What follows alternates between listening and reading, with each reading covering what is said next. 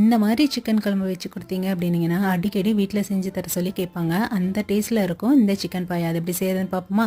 பேனில் 2 spoon oil, 2 கிராம்பு, சின்ன துண்டு பட்டை, கொஞ்சமாக சோம்பு, இது கூட பிரியாணி இலை சேர்த்துட்டு ஒரு பெரிய வெங்காயம், கொஞ்சமாக கருவேப்பிலை சேர்த்து நல்லா வதக்கிக்கோங்க. இது கூட ஒரே ஒரு பெரிய தக்காளி வேகிறதுக்காக உப்பு போட்டு நல்லா வதக்குனது. இது கூடயே 1.5 ஸ்பூன் அளவுக்கு மல்லித்தூள் சேர்த்து 2 நிமிஷம் வதக்குங்க. தக்காளி வேகிறக்குள்ளேயும் ஜாரில் அரைக்கப் அளவுக்கு துருவன தேங்காய், கொஞ்சமாக சோம்பு, இஞ்சி, பூண்டு, காரத்துக்கு தகுந்த மாதிரி பச்சை மிளகாய், 1 ஸ்பூன் அளவு கடலை, 1/4 ஸ்பூன் அளவுக்கு மிளகு, கொஞ்சமாக தண்ணி விட்டு நல்லா பேஸ்ட்டாக அரைச்சி எடுத்துக்கோங்க. இப்போ தக்காளி வதங்கினதும் அரைச்சி வச்சிருக்க பேஸ்ட்டு, தேவையான அளவு தண்ணி, தேவையான அளவு உப்பு சேர்த்து நல்லா ஒரு கொதி வந்ததும் இப்போ கழுவி வச்சிருக்க சிக்கனை இது கூட சேர்த்துருங்க. சிக்கன் சேர்த்துட்டு நல்லா மூடி வச்சு ஒரு 5லேருந்து 6 நிமிஷம் நல்லா வேக வச்சு எடுத்துட்டு ஃபைனலாக இதில் 1 ஸ்பூன் அளவுக்கு மிளகுத்தூள், கை நிறைய கொத்தமல்லி கீரை போட்டு இறக்குனீங்கன்னா அட்டகாசமான சிக்கன் பாயா ரெடி. இட்லி தோசைக்கெல்லாம் அவ்வளோ அட்டகாசமாக இருக்கும். ட்ரை பண்ணி பார்த்துட்டு சொல்லுங்கள். தேங்க்யூ.